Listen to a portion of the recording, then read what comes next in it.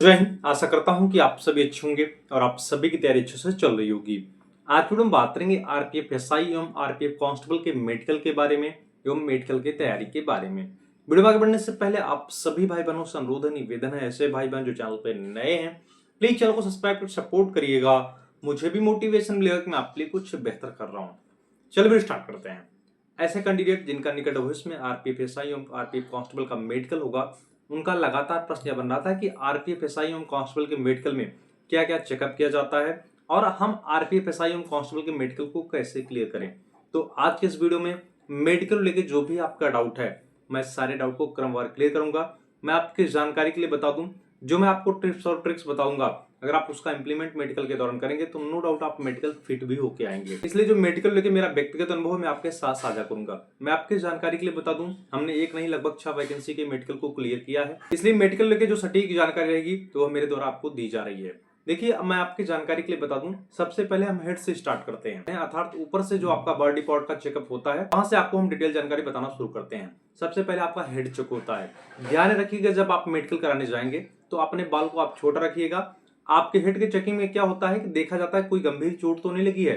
अगर कोई गंभीर चोट होती है तो उसकी स्क्रीनिंग की जाती है, अर्थात आपका सीटी स्कैन कराया जाएगा या एमआरआई कराया जाएगा, उसको डिटेल्स में चेक किया जाता है। लेकिन प्रायः देखा जाता है कि हेड में कोई कैंडिडेट बाहर नहीं होता। जैसे आपका हेड चेकअप हो जाता है उसके बाद आपके कान का चेकअप किया जाता है। कान में टार्च जला के आपके कान को चेकअप किया जाता है, कान के पर्दे में कोई छेद तो नहीं है या आपके कान में कोई गंदगी तो नहीं है। ध्यान रखिएगा, जब आप मेडिकल कराने जाएंगे तो कान को साफ करा लीजिएगा और कान ऐसे जगह साफ कराइएगा जो कान के एक्सपर्ट डॉक्टर होते हैं, उनसे आप कान को साफ कराइएगा। ऐसे किसी रोड पे जो चलते रहते हैं उनसे आप कान मत साफ कराइएगा, नहीं तो आपके कान में चोट भी पहुंचा देंगे।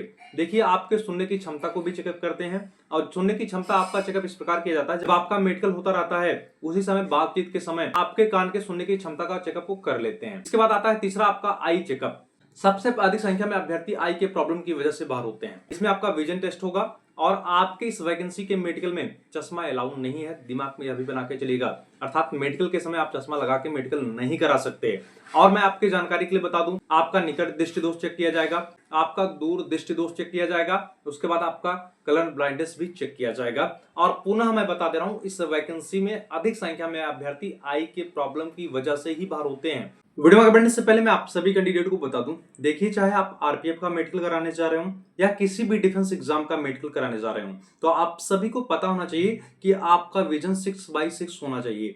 अगर आपका विजन इतना नहीं है तो आपको मेडिकल में बाहर कर दिया जा सकता है। इसके अलावा आपको यह भी समझना चाहिए कि आपके मेडिकल में ग्लास अलाउड नहीं है। और इन्हीं सब समस्याओं को दृष्टिगत रखते हुए आई मंत्रा हॉस्पिटल द्वारा फ्लैपलेस लेसिक करी जाती है, जो आपके मेडिकल में डिटेक्ट नहीं होता।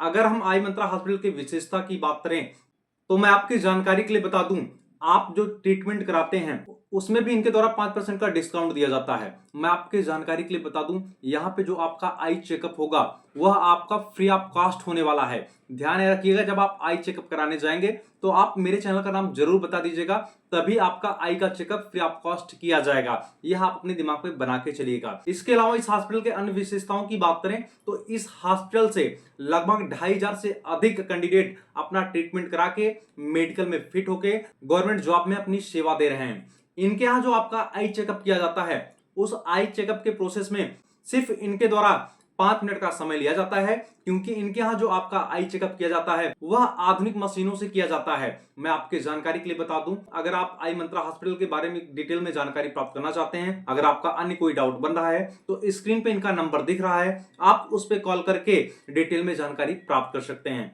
पुनः मैं आप सभी को बता दूं, अगर आपको आई में कोई डाउट लग रहा है तो आप यहाँ पे आई चेकअप करा के अपने डाउट को क्लियर कर सकते हैं। बाकी जो आपके अन्य पार्ट चेकअप होते हैं वह नॉर्मल तरीके से किए जाते हैं। जैसे आपका आई का चेकअप समाप्त होता है वैसे आपका नाक चेक किया जाता है।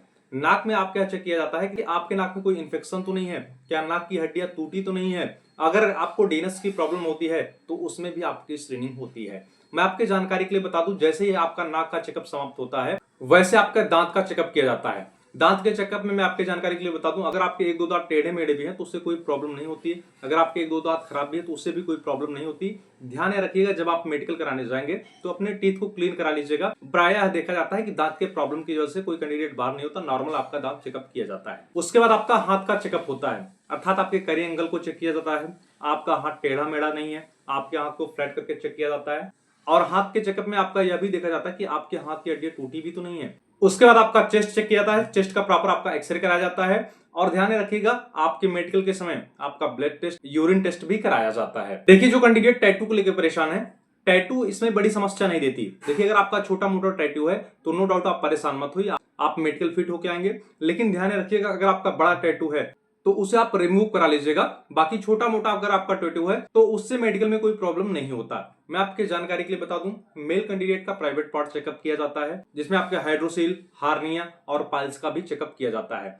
फीमेल कैंडिडेट का मेडिकल इसमें बहुत ही आसान होता है। फीमेल कैंडिडेट का जैसे आप जाएंगे तो ऐसे आपका हाइट वेट होगा, उसके बाद आपका नाक चेक किया जाएगा, उसके बाद आपका कान चेक किया जाएगा, उसके बाद आपका टीथ चेकअप होता है, उसके बाद आपका आई चेकअप होता है। नॉर्मल आपका ऐसे कैरी एंगल चेक कर लिया जाता है। बाकी बहनों का मेडिकल बहुत ही आसान होता है, बहनें परेशान मत हो। अगर आपको कोई गंभीर समस्या नहीं है तो आप मेडिकल फिट होके आएंगे। अगर हम मेल कैंडिडेट की बात करें, जैसे उनका प्राइवेट पार्ट चेकअप होता है उसके बाद उनका पैर चेक किया जाता है। पैर चेकअप में क्या होता है, ब्लोलेग, नॉकनी और फ्लैट फुट चेकअप किया जाता है। नॉकनी के लिए तो मैं आप सभी को बता दूं, देखिए अगर किसी कैंडिडेट को थोड़ी बहुत नॉर्मल नॉकनी की समस्या है, पहले तो आप उसे एक्सरसाइज करके रिमूव कर लीजिए। अगर आपका रिमूव नहीं हो पा रहा है तो जब आप मेडिकल जाएंगे तो आप अपने घुटनों को थोड़ा सा दूरी रखिएगा।